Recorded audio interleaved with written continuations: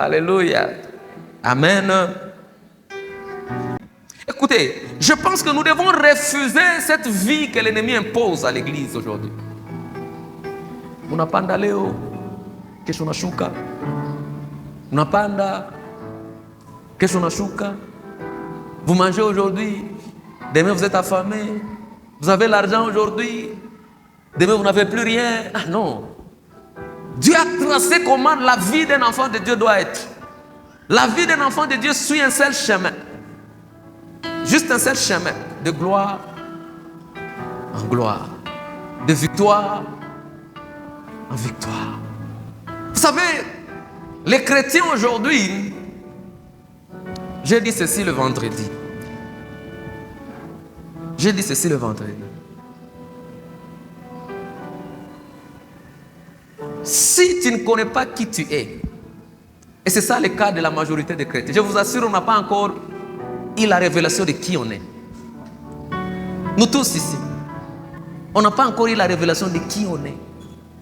Parce que si tu connais qui tu es, c'est pourquoi nous échouons. Regarde seulement là où nous sommes aujourd'hui. Regarde les batailles que nous perdons chaque jour. Que ce soit les finances, que ce soit la santé, la joie. Regardez les batailles que nous prenons aujourd'hui. Pourquoi? C'est parce qu'on ne sait pas qui on est. Et le fait de savoir qui on est et qui on n'est pas nous limite. Et l'ennemi en profite. J'ai dit le vendredi, la vie d'un homme, nous sommes constamment... Vous savez, quand le diable t'accuse, on ne peut pas t'accuser si tu n'es pas devant un tribunal. Alléluia. Est-ce qu'il y a des juristes ici? Maître Alain, quoi. Frère Alain. Est-ce qu'on peut accuser quelqu'un si tu n'es pas au tribunal? Tu dois être au tribunal pour qu'on t'accuse. Ça veut dire que l'ennemi, quand il nous accuse, ça veut dire que nous sommes devant un tribunal. Et c'est dans ce tribunal-là, c'est là où tout se décide. C'est là où ta victoire se décide, c'est là où ton échec se décide. Alléluia. Si l'ennemi t'accuse, ou si ton langage est conforme aux accusations de l'ennemi, même ton avocat ne peut pas te défendre. Même dans un tribunal normal des hommes ici, j'ai pris mon avocat et il y a mon accusateur qui est là-bas. Il dit, le pasteur Max m'a volé $100.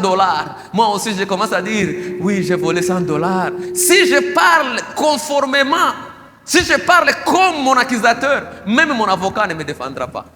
Et c'est ça, malheureusement, beaucoup de chrétiens. Il y a un tribunal.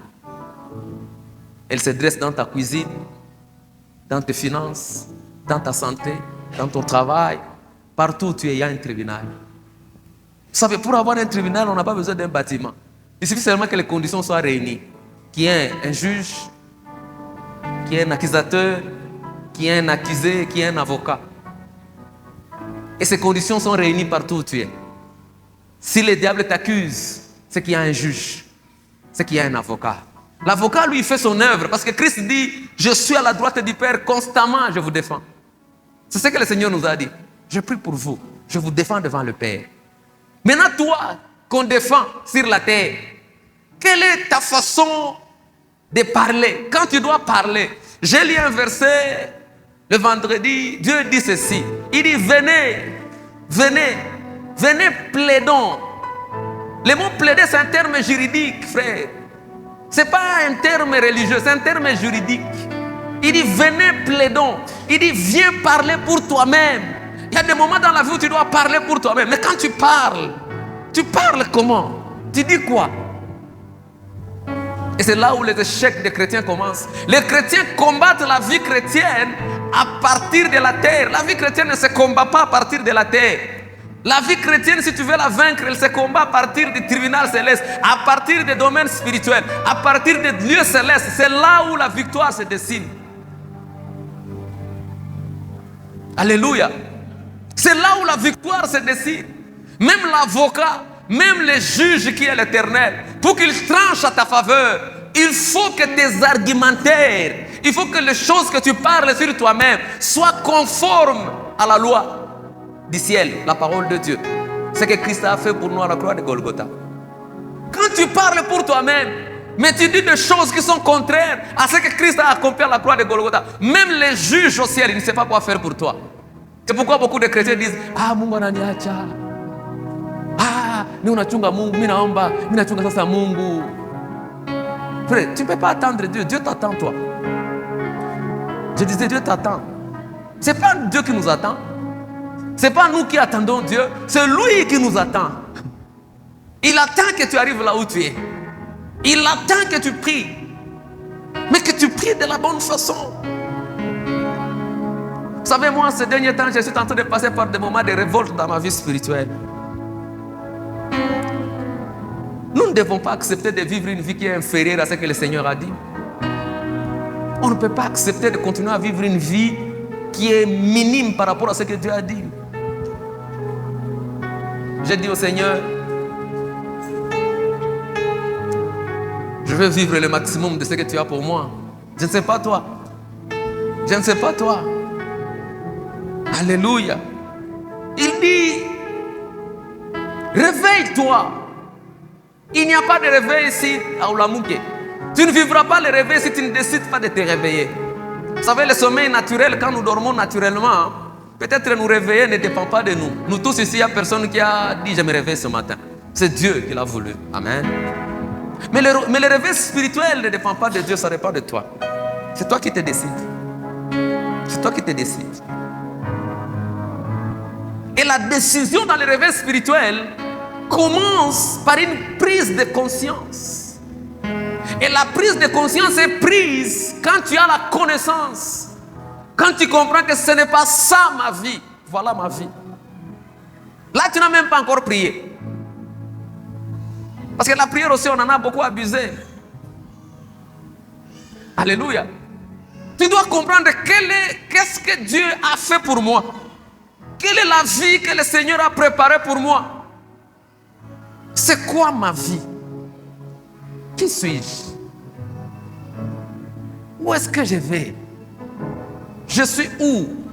Je suis en train d'aller où? Quelle est ma destinée? Quel est mon point final? Écoutez, ces choses ne sont pas un mystère pour un enfant de Dieu. Si tu ouvres la Bible, tu connais là où tu es, tu connais là où tu vas. Nous savons où nous allons. Nous savons comment notre vie doit être. Nous savons. Ce n'est pas un mystère pour nous, les enfants de Dieu. Nous savons où nous allons. Nous savons la qualité de vie que nous devons mener. Si tu ne sais pas ce que tu n'ouvres pas ta Bible. Ouvre ta Bible. Vous savez, la Bible, c'est un testament. Je rappelle à quelqu'un que la Bible, c'est un testament, c'est quoi? C'est un héritage.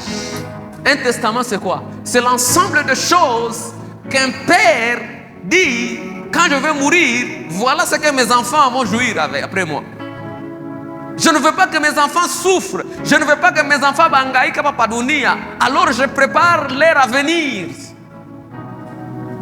J'ai 5 enfants, je construis une maison pour chacun de mes enfants. Et je mets dans mon testament que cette maison c'est pour tel, cette maison c'est pour tel. C'est ainsi qu'au ciel, ton nom est au ciel. Ton nom est au ciel. On a crié au ciel, papa Rémi. À côté du nom de papa Rémi, on a mis tout son héritage là. Et les cieux regardent ça. Les cieux le voient. Mais à côté de ton héritage aussi, il y a des accusations que le diable aussi porte. Le diable, c'est un accusateur. La Bible nous le dit dans Apocalypse. Je pense que je vais parler plus de ça. Parce que c'est ce qu'on a beaucoup parlé le vendredi. Le diable, c'est qui? Le diable, c'est qui? Un accusateur. Alléluia. Apocalypse 12 nous dit quoi? Apocalypse 12, 10. L'Apocalypse 12, 10 nous dit que le diable accuse les enfants de Dieu jour et nuit devant le trône.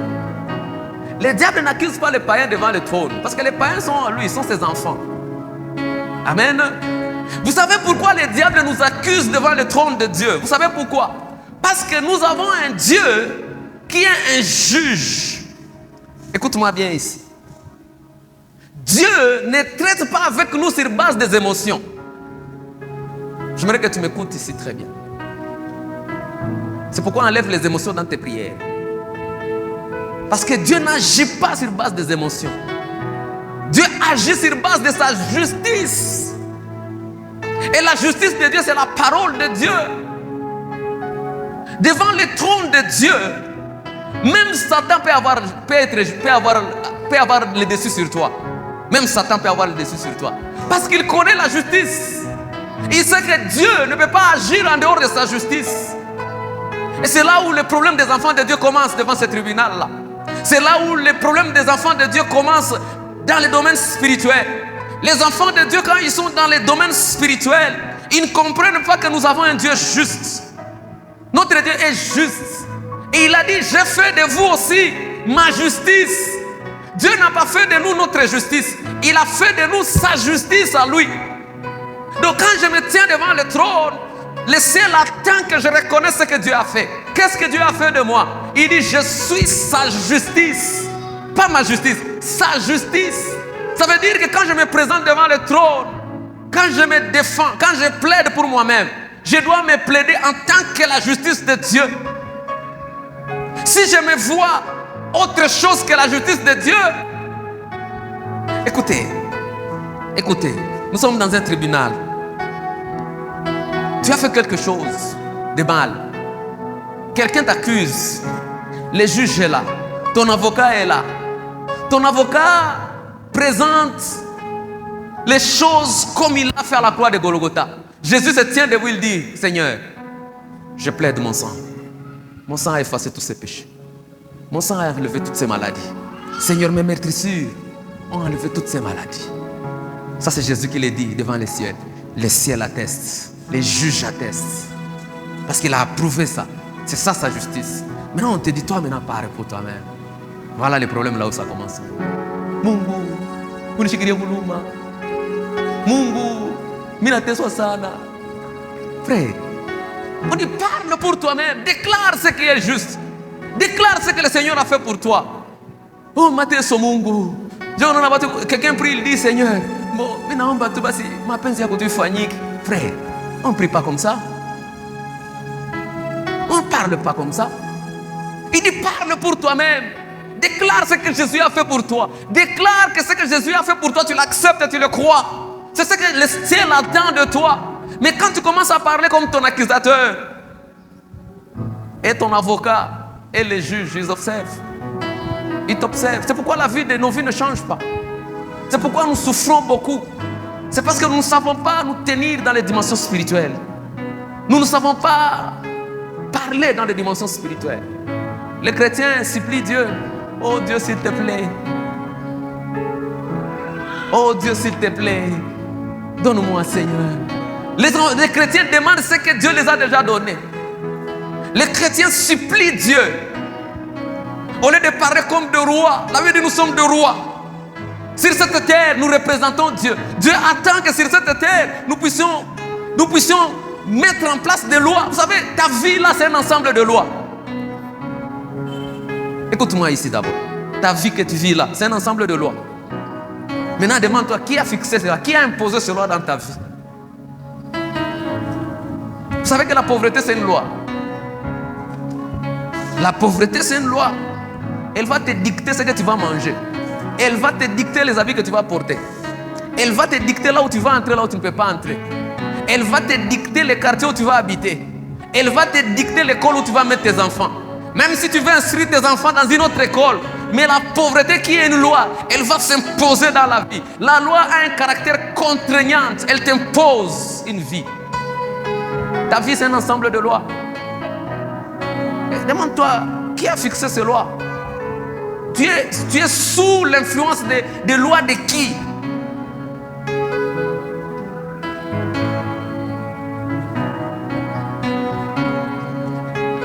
Vous savez, laisse-moi te dire une chose. Nos familles, laisse-moi te dire une vérité ici. Et ici, je crois que je vais rentrer sur ça parce que je l'ai dit le vendredi, on a beaucoup prié sur ça. Un chrétien, il y a deux tribus qui me sont venues en tête. Prenons une femme kassaïenne. Tunaweka kwa Kasai kwa vizila, n'est-ce pas? Mwanamke wa kassaïenne kama anatoka nje, il y a des conséquences. Mais qui a fixé il est vizila? Qui a fixé ça? Qui a fixé ça? C'est Dieu. Je ne dis pas ici que tromper son mari c'est bien, mais je rentre un peu dans ça d'abord. Si tu trompes ton mari, on te dit qu'il y a des conséquences. Qui a fixé ces conséquences? Répondez-moi, non? C'est qui? C'est Dieu? Est-ce que c'est Dieu? Non, c'est le diable. C'est le diable. Mais tu vas voir une chrétienne kassaïenne. Elle dit, vous savez, chez nous, les problèmes commencent par là. Vous savez, les tribus appartiennent au diable par rapport aux lois et aux normes qu'il a mis dans ces tribus-là. Et à chaque fois que tu t'identifies à ta tribu, tu es en train de dire à Dieu, je rentre dans ce que le diable a fixé pour ma tribu. Et ne t'étonne pas que tu commences à vivre les choses qui sont liées à ta tribu. Ne t'étonne pas que tu te remets toi-même sous l'esclavagisme du diable d'une manière inconsciente. J'ai rencontré aussi mes sœurs du bar Ndondo Kikwit. Je les aime bien, ils sont beaucoup ici. Beaucoup m'ont dit ceci. Chez nous, quand on dote, il faut donner à tout le monde un peu, un peu. Ce n'est pas mauvais. Ce n'est pas mauvais. Mais si tu les donnes parce que tu te dis, si je ne le fais pas, quelqu'un va mourir. Ah, voilà le problème où ça commence. Voilà là où le problème commence. Qui a fixé cette loi-là? Qui a fixé ces normes-là? Et quand tu t'identifies à ta tribu, toutes ces malédictions que le diable a mis dans ta tribu vont te suivre. Tu vas t'étonner, quelqu'un va mourir. Tu vas prier, mais quelqu'un va mourir. Pourquoi? Parce que tu t'es identifié à la tribu. C'est pourquoi en venant à Jésus, il dit, il n'y a plus de Luba, il n'y a plus de Bangala, il n'y a plus de Balkongo. Nous tous, nous avons un seul législateur, une seule coutume, la parole de Dieu. Je ne peux pas être chrétien, mais dire chez nous les Kassaïens. Il y a des chrétiens hommes ici qui disent à sa femme, tu connais chez nous. Quand tu es chrétien, tu t'identifies à ta tribu. Ce que tu es en train de dire à Satan, toutes les malédictions, même devant le tribunal de Dieu, Satan a raison. Il dit, Seigneur, regarde-les. Écoutez, le diable c'est un accusateur. Il est derrière toi chaque jour. Tout ce que tu fais, il t'accuse. Seigneur, c'est ton serviteur là. Regarde ce qu'il a dit. Regarde, lui-même il est chrétien, mais il s'identifie à sa tribu. Il s'identifie aux coutumes de sa tribu. Et tu sais que moi, légalement, parce que ses ancêtres ont vendu leur tribu à moi, c'est moi qui suis le maître de leur tribu. C'est moi qui décide, c'est moi qui a mis les malédictions dans cette tribu. J'ai mis des lois dans cette tribu-là. Pourquoi? Parce que leurs ancêtres ont vendu leur tribu à moi. Et toi, quand tu arrêtes de t'identifier au sang de Jésus, tu rentres t'identifier au sang de tes ancêtres. Parce que quand tu t'identifies aux tribus, tu t'identifies au sang de tes ancêtres. Tu t'identifies au sang de la vie de tes ancêtres. Or, cette vie a été consacrée à Satan. Et Satan maîtrise votre tribu. C'est pourquoi certaines choses ne sortent pas de votre tribu. C'est pourquoi certaines choses ne quittent pas votre tribu. De génération à génération, c'est la même chose qui se répète. Pourquoi? Parce que Satan a votre tribu entre ses mains. C'est pourquoi quand nous sortons, la Bible dit nous a arrachés du royaume des ténèbres. Nos tribus, ce sont ces royaumes des ténèbres là où le Seigneur nous a arrachés. Mais quand il t'arrache là-bas, mais toi tu rentres encore là-bas. Tu vas être chrétien ici, mais tu vas subir tout ce que les gens de ta tribu subissent. Tu peux prier, ça ne changera rien, jusqu'à ce que tu aies la connaissance de comprendre que ma vie appartient à Jésus, de comprendre que j'ai le sang de Jésus maintenant, de comprendre que j'ai été déraciné de ma tribu, je t'ai connecté à Jésus. Vous savez, nos familles ici, il y a un frère qui m'avait dit, dans notre tribu, dans notre famille, il y a un de nos grands-pères, tellement il était un grand chasseur, lui il a vendu toutes nos bénédictions au diable. Il a dit au diable, dans ma lignée, personne n'achètera une voiture. Et le frère là m'avait dit un jour, son petit frère avait acheté une voiture. Et ils étaient dans cette voiture là.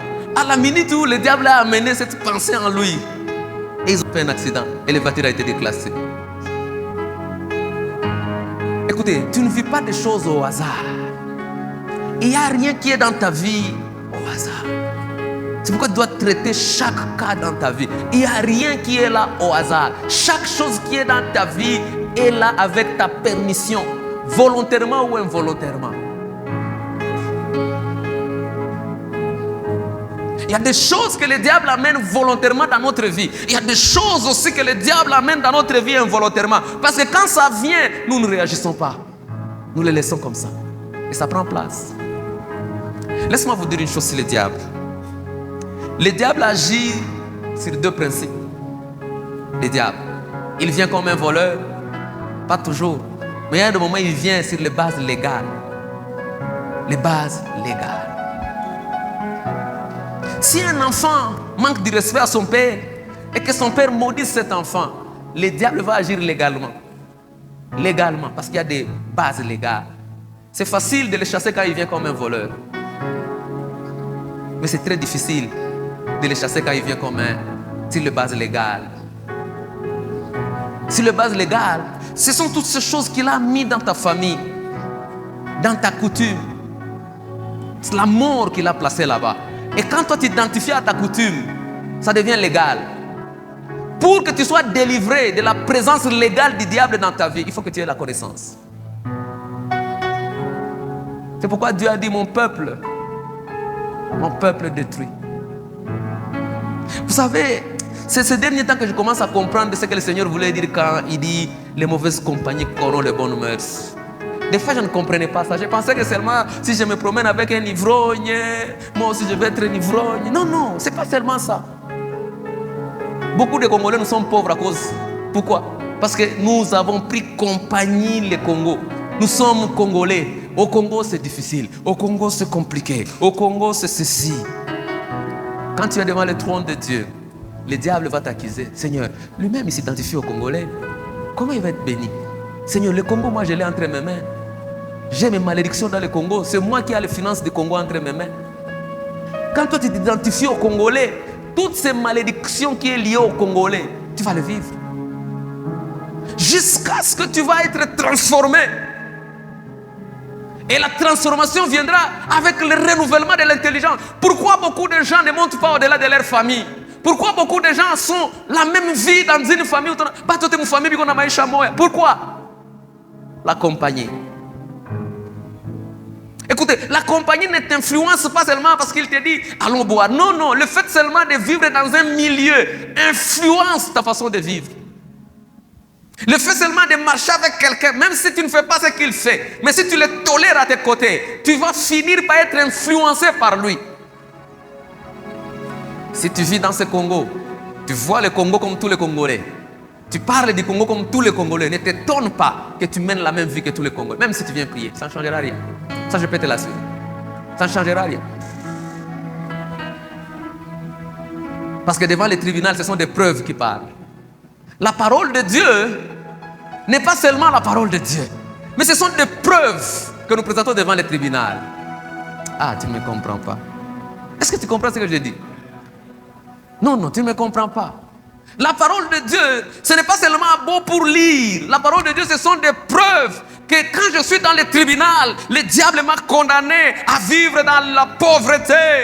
Pourquoi? Parce qu'il m'accuse que je me suis identifié à ma famille, je me suis identifié au Congo, je me suis identifié, je n'ai personne pour me recommander. Quand j'ai des pensées comme ça, ces pensées donnent le poids au diable devant le tribunal. Il dit Seigneur, lui-même regarde comment il pense. Seigneur, lui-même regarde comment il parle. Lui-même regarde comment est-ce qu'il réfléchit. Tu as dit tel homme pense, tel il est. Dieu est juste. Dieu ne peut pas violer sa parole. Si tu as de mauvaises pensées, les pensées de la pauvreté, tu ne peux pas devenir riche.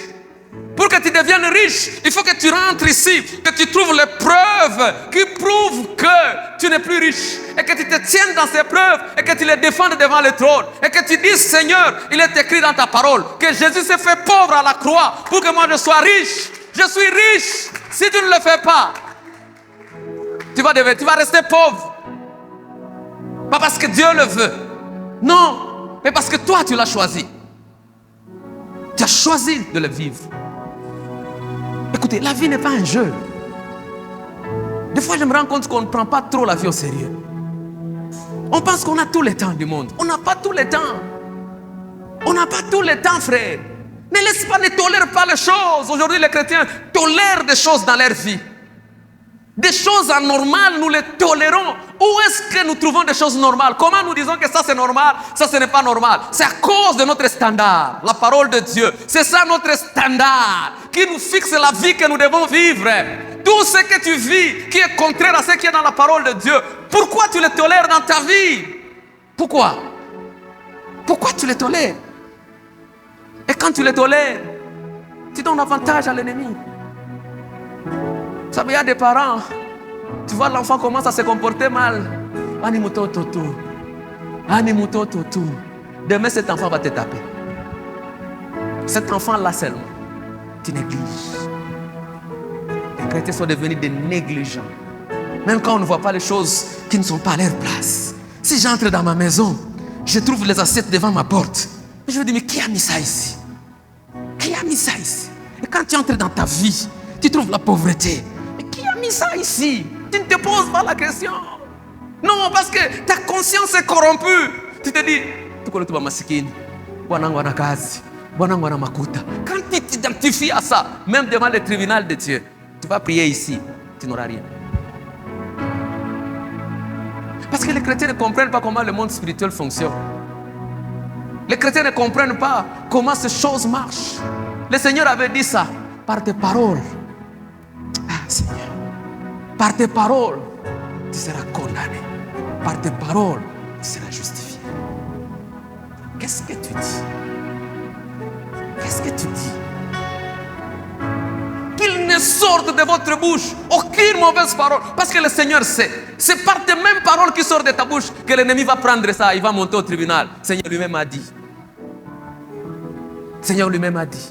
Et vous savez, le diable retourne la parole à Dieu. Il dit, Seigneur, tu as dit, la vie et la mort est au pouvoir de la langue. Lui-même a dit. Il a dit la mort. Il a dit la mort. La mort doit le suivre. Et pourquoi il y a des gens qui sont fâchés contre Dieu ici? Ils disent, Mungu shikugani banikumbuka. Abakoe, Mungu ashanikumbuka, nikumbuke na mimi banioa frère. Ah, kanisa la Mungu. Dieu nous aide. Vous savez que un moment je m'assois, je me dis, tout on a l'anda na tout kanisa. Est-ce que tu as baraka tout? Est-ce qu'on sait c'est quoi la bénédiction? Il y a un homme de Dieu, même Papa Franck, tout le monde le connaît ici, Andrew Oumak. Il dit, j'ai un projet de 1 milliard de dollars. Je vous assure, je peux appeler un serviteur de Dieu ici et dire, viens faire l'appel de fonds ici. Anashimama panatongaria mbele. Les mauvaises compagnies, Coro, les Borbel. Ça n'a pas engagé prêter. Ananiangaria. Achète pas appel de fonds à 100 000 dollars. Achetez fois. Vous savez pourquoi? Parce qu'il sait que vous ne pouvez pas avoir cet argent. Et c'est ça, c'est là où le diable nous attrape. Pourquoi tu le dis? C'est parce que tu les regardes dans la chair, tu ne les regardes pas en esprit. Tu ne les regardes pas qui sont en Christ. Non, non. Tu sais que où les 100 000 dollars itatoka wapi humu? Je vois on souvent va serviteur wote barafika hapa. Nani kona 20 000 francs? Nani kona 10 000 francs? C'est parce qu'il connaît. Et ça, c'est de l'incrédulité. C'est parce que nous ne croyons pas à la parole de Dieu. Même ici, si je dis, qui peut donner 1 000 dollars? Va te demander qui tu as chini. Frère, un roi. Un roi. Un roi. Et quand tu as cette attitude, mais ne t'étonne pas que ta vie ne change pas, parce que le diable va t'accuser et dire, Seigneur, lui-même il ne croit pas en lui.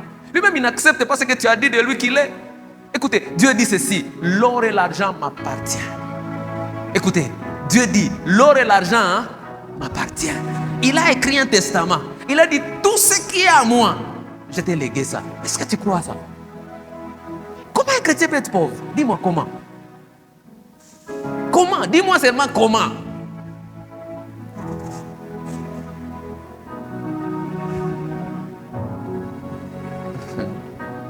Vous savez, j'aime beaucoup les prophètes. Je les aime beaucoup.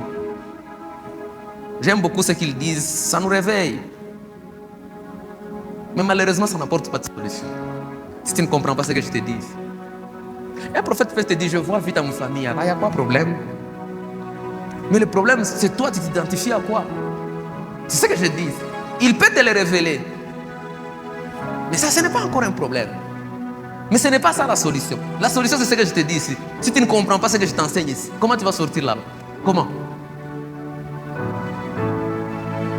Dieu dit que tu es guéri. Dieu dit que tu es guéri. Mungu Même au ciel, quand il y a ton nom là-bas, on a écrit à côté, tu es guéri. Au ciel, quand on dit le nom de Papa Thierry, à côté là-bas, il y a Ésaïe 53:4. On dit que Dieu lui-même, il a pris tes maladies sur lui. Il s'est chargé de tes souffrances. C'est écrit à côté de ton nom au ciel. C'est au ciel, c'est écrit. Maintenant, toi sur la terre, comment tu te vois? Si tu te vois contrairement à ce que Dieu a dit, c'est ce que tu vas vivre sur la terre. Et c'est pourquoi le diable va amplifier. Il va aller vers Dieu et dire, Seigneur, lui-même il dit il est malade. Lui-même il dit il est malade. Même si ton avocat Jésus dit, par mes meurtrissures je l'ai guéri, mais lui-même il dit il est malade. C'est ce que lui-même dit. C'est ce que lui-même proclame. Jour et nuit il le proclame. Quand la douleur vient, comment tu réagis à la douleur? Quand les symptômes viennent, comment tu réponds aux symptômes? Comment tu les réponds? Comment tu fais?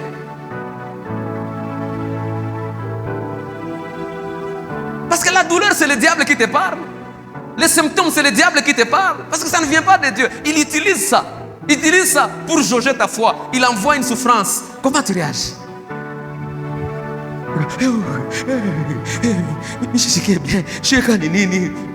Le diable dit, Seigneur, Mungu. Le diable dit, il a peur. Il a peur. Il a peur. La peur, c'est moi. La peur, c'est moi. Il va vers Dieu et dit, Seigneur, tu as dit, c'est que l'homme craint, c'est ce qui va lui arriver. Dieu, c'est un Père juste, c'est un juste juge. Il ne peut pas aller en dehors de sa parole. Il ne va pas aller en dehors de sa parole. Quitter dans les prières des émotions. Dieu n'est pas dans les émotions. Tu peux prier ici, tu pleures tous les larmes de ton corps. Dieu n'agit pas sur base des émotions. Dieu agit sur base de sa parole et la foi.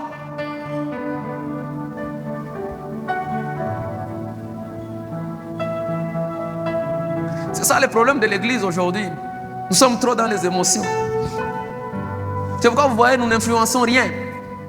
Nous n'impactons rien. Rien du tout. Quel est notre impact?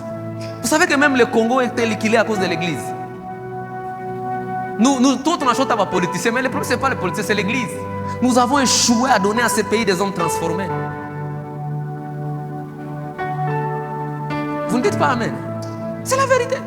Nous avons échoué à donner au Congo des hommes et des femmes transformés. Tous ces gens qui volent matin et nuit un jour dans les gouvernements, dans les institutions, mais ce sont des chrétiens dans les églises. Comment est-ce qu'une église, nous ne transformons pas les gens? Pourquoi? Beaucoup de chrétiens ne sont pas transformés, bien-aimés.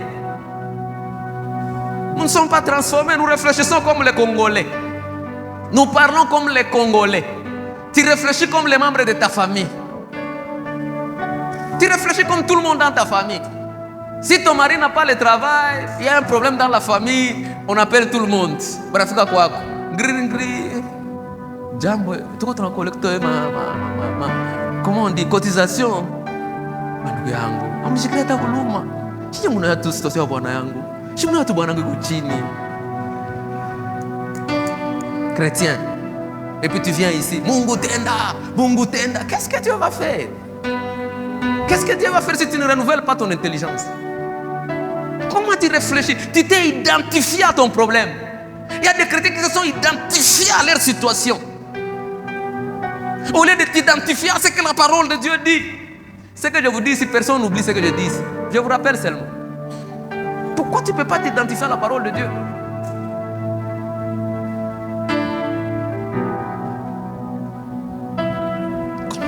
Comment on peut échouer? Vous savez, même le ciel s'étonne. Comment nous échouons? Même le ciel s'étonne. Le Saint-Esprit en nous, Christ en nous, Dieu en nous, la puissance de la résurrection en nous, mais on échoue. Ah, même le ciel s'étonne. Comment on peut échouer? C'est parce que nous ne nous connaissons pas, que nous ne savons pas mener les batailles spirituelles. Nous ne connaissons pas qui on est. Alléluia. Alléluia. Vous savez, le diable, ici je voulais d'abord dire quelque chose. Le diable n'a aucun pouvoir. Si le diable n'a aucun pouvoir, comment les sorciers auront le pouvoir? Si le diable d'abord n'a aucun pouvoir, comment les sorciers auront le pouvoir? Parce que l'exil, nous exaltons trop les sorciers. Comment un sorcier peut avoir le pouvoir si le diable lui-même n'a plus le pouvoir? On dit, m'en vite à tout. Dis-moi, quel est le jour où le diable ne te combattra pas? Quel est le jour où il ne te combattra pas? Et quand toi dans la tête, tu as toujours combat, ni ma combat, frère. Connais qui tu es. Vous savez où est le diable? Vous savez là où il est? Il est sous les pieds du corps de Christ. Vous savez le corps, je vous ai enseigné ici sur le mystère de Christ. Jésus est la tête, nous sommes les membres. Si le diable est sous les pieds, il est sous les pieds de qui? Il est sous tes pieds.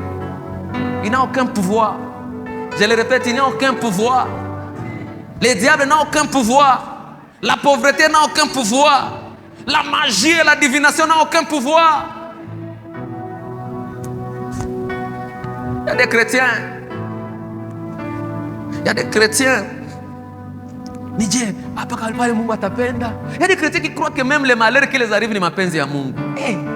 Un chrétien qui est malade, il dit écoutez, si quelque chose est la volonté de Dieu, dis-moi comment tu peux changer Dieu. Si ce que je traverse, c'est la volonté de Dieu, dis-moi qui peut changer Dieu.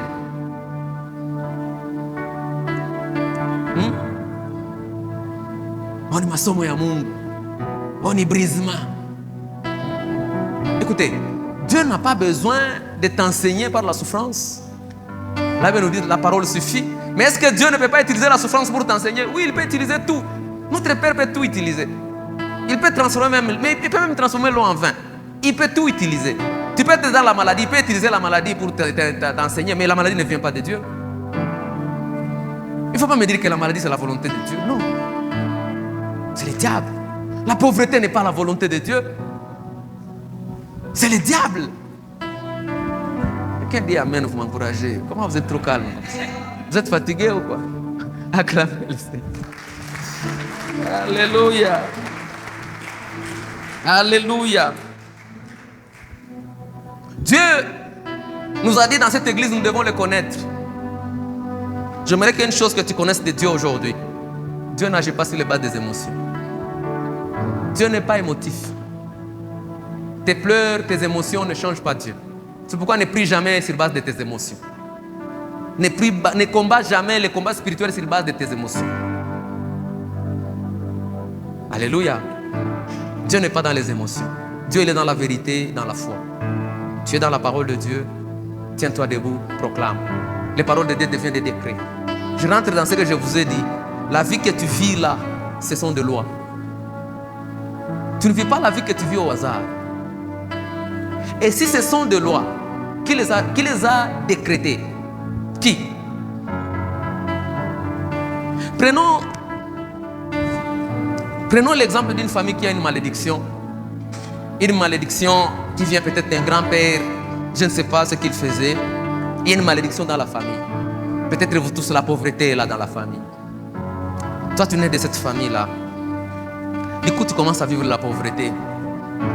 Naturellement, tu vas te retrouver en train de vivre cette pauvreté, n'est-ce pas? Ok. Maintenant, si tu vis cette pauvreté, qui a fixé cette loi-là? C'est un grand-père. Il y a des choses qu'il a dites pour que cette loi, il va baigner votre, n'est-ce pas? C'est pourquoi la Bible dit que, j'aime un homme de Dieu qui dit, quand nous prions, nous sommes en train de donner des décrets. Ça veut dire que nous sommes en train de changer de loi dans nos vies. Je ne sais pas si tu comprends ce que je suis dans. Je ne sais pas si je l'explique bien. Tu vois? Les mêmes lois-là qui gouvernent ta vie viennent de quelque part. Tu n'es pas pauvre par hasard. Alléluia. Les maladies héréditaires ne sont pas un hasard. Le diable a mis certaines maladies héréditaires dans certaines familles. Papa, maman, tout le monde meurt avec des maladies incurables, des maladies compliquées. Le diable, il y a des familles où, mais à la mort, tu meurs pauvre. Il y a des familles comme ça. Tu peux avoir tout l'argent que tu as dans la vie, mais quand tu vieillis, tu meurs pauvre. Tu manques même à manger. Il y a des lois comme ça dans les familles. Et quand toi, tu nais dans ces familles-là, tu subis ces lois-là. Elles sont là, établies. Jusqu'à ce que Tu décides. Je dis bien, tu décides. Pas ton père, pas ta mère. Toi, tu décides. Ça demande une implication profonde et totale de ton être. Ce sont des moments où, quand quelqu'un arrive à ces moments-là, c'est ce que nous appelons le moment de tournant. Jacob est arrivé à ce moment-là de tournant. Toute la nuit, là veut dire Jacob resta seul. Seul. Un moment, tu t'assois, tu dis, ça doit changer. Ça doit changer. Toute la nuit, il a lutté avec Dieu. Écoutez, il y a des chrétiens qui n'arrivent pas dans ces moments-là dans leur vie. Il prend tout à la légère, il prie à la légère, il rentre chez lui, il vient. Il ne prend rien au sérieux. Il y a des moments dans la vie, tu peux dire, Seigneur, ça doit changer. Seigneur, ça ne peut pas continuer comme ça. Et c'est un engagement profond de ton être. Un engagement profond de ton âme, de ton esprit et de ton corps. Un jour, Anne en avait marre de la stérilité. Anne en avait marre de voir Pénina chaque jour la mortifier. Un jour, elle est partie. Ce jour, elle a prié différemment. Différemment. C'est son homme intérieur. C'est son homme intérieur qui gémissait ce jour-là. C'est son esprit qui priait ce jour-là. Anne a prié. Il est entré dans les profondeurs de ses entrailles. Il a prié avec son esprit. Beaucoup de chrétiens prient par la tête ici. Beaucoup de chrétiens prient des prières de la bouche ici, mais tu n'as jamais entré au fond de toi. Tu n'as jamais senti ta misère. Tu n'as jamais décidé que ça change. Anne a prié. Les gens croyaient qu'il était folle. Les sacrificateurs le regardent comme ça. Il dit, toi tu as bu. Il dit, non, non, c'est mon cœur que je répands. Est-ce que toi tu as déjà répandu ton cœur? Tu pries. C'est pourquoi je vous ai dit un moment. Vous savez, modérateur, quand tu viens dans la prière, ne suis pas trop le rythme de modérateur. Prie selon ton cœur. Mambo yako modérateur à chiyoué. Mambo yangu modérateur à chiyoué. L'église entre, prie selon ton cœur. Dès que tu atteins ce niveau-là, tout ton être s'implique. Ta foi se réveille. C'est le moment de tournant. C'est ça le moment de tournant. Vous savez, Jacob, toute la vie, il s'est habitué au mensonge. On l'a menti, on lui a dit que ton fils Joseph est mort. Il a vécu avec ce mensonge toute sa vie. Anekala, yo, Joseph. Oh Seigneur. Quand il marche, il voit un enfant de l'âge de Joseph. Il dit, Joseph pouvait avoir cet âge ici. Anekala Naria, Joseph Angwa chaque fois. Oh, Joseph est mort. Toute la vie de Jacob. Jusqu'à un jour. On vient lui amener la bonne nouvelle. Joseph vit. Il avait dit son cœur resta froid comme une pierre. Resta froid. C'est comme ça beaucoup de chrétiens. Toute la vie, tu as vécu dans les mensonges. Tu crois que Kula Lanjala c'est normal. Tu crois que non, tu vois, c'est le Congo. Non, Namato Inapanda. On n'arrive plus à bien manger. Makazi à papa Yendeke. Les mensonges du diable. Tu as cru ça toute la vie. Un jour, la bonne nouvelle vient. Ça ne pénètre pas. Ça n'entre pas dans les cœurs de Jacob. Joseph vit, ça n'entre pas. Ça n'entre pas. Jusqu'à ce que les enfants amènent des preuves. Jusqu'à ce que des enfants amènent des signes. Il dit, voilà même, c'est lui qui gouverne l'Égypte. Joseph vit. Ce jour-là, il avait dit un moment, son cœur s'est illuminé. Et il a crié, j'aime bien ce qu'il a crié. Il a dit, assez. C'est ce qu'il a dit. Assez, mon fils Joseph vit. Je vais aller le voir. Il a mis fin à toute une vie de mensonges qu'il croyait. Toute une vie de mensonges. Il pleurait chaque jour. Il était dans les soucis chaque jour. Parce que Joseph était mort. Pourtant, Joseph vivait. C'est pour ça, c'est toi aussi. Seigneur, je n'ai pas d'argent. Dieu dit, qui t'a dit que tu n'as pas l'argent? Qui t'a dit que tu n'as pas l'argent? N'as-tu pas lu que Christ s'est fait pauvre à la croix pour que tu sois riche? N'as-tu pas lu? Hébreu dit, si celui qui a écrit le testament meurt, le testament a de la valeur. Il dit, l'héritier ne peut pas hériter si celui qui a fait le testament n'est pas mort. Or, on a constaté sa mort. On a constaté sa mort, ça veut dire que le testament est en vigueur. Et nous avons la meilleure alliance parce que nous prenons les bénédictions et de l'Ancien Testament et les bénédictions du Nouveau Testament. C'est ça notre part. Mais le cœur est froid. Parce que longtemps, nous avons cru au mensonge. Là où tu es, moi je dis, est-ce qu'il y a quelqu'un ici qui peut se mettre à genoux et dire, Seigneur, donne-moi 500 000 $ dans tes prières? Qui peut demander 500 000 $ à Dieu ici? Même si la bouche le dit, mais le cœur le refuse. On est quand même 500 000 $. Tu n'as pas la capacité spirituelle de demander cet argent-là. Pourquoi? Parce que tu as cru longtemps au mensonge. Tu crois que cet argent ne peut pas être pour toi. Tu crois que cet argent est pour les autres. Tu crois que toi, tu ne peux pas avoir 500 000 $. Tu crois que tu ne peux pas avoir 1 million de $. C'est pourquoi vous voyez quand nous disons ici, nous avons un projet d'argent. Parce que tu ne comprends pas qui tu es. Tu ne comprends pas ce que Dieu t'a déjà donné. Tu ne comprends pas ce qui est en toi. Christ habite en toi. Paul dit, Christ en nous, l'espérance de la gloire. Est-ce que vous comprenez ce que je dis? Tu t'identifies à ton petit travail. Tu t'identifies à ton petit salaire. Même quand on dit à l'église, on a besoin de ceci. Toi, tu regardes d'abord ton salaire. Tu regardes ton argent, frère. Où est ta foi? Où est ta foi? Non, vous savez, dans les églises, oh non, soyons raisonnables, frère. Avec Dieu, raisonnable. Avec Dieu, soyons raisonnables. Avec Dieu. Vous êtes quoi raisonnable, l'amour? Dieu peut dire à Papa Franck, donne-moi 100 000 $. Donne-moi 100 000 $. Il suffit que Papa Franck dise, Seigneur, je dis Amen. Parce que ta parole dit ce que tu dis arrive. Et les 100 000 $ arrivent dans ses poches. Que Dieu nous aide, Église de Dieu. Nous avons une grande responsabilité. Comment les chrétiens vont croire à ton Dieu? Dis-moi tout, chrétien, païen, Dieu. Comment les païens vont croire à ton Dieu? Comment? Bushiku muzimo naomba, busubu na lamuka, undoka voisin, dépendant kwa tana 500 ya transport, anakuangalia tu, anacheka tu. Sasa ule Mungu uliomba bushiku yote ile, anafanya nini?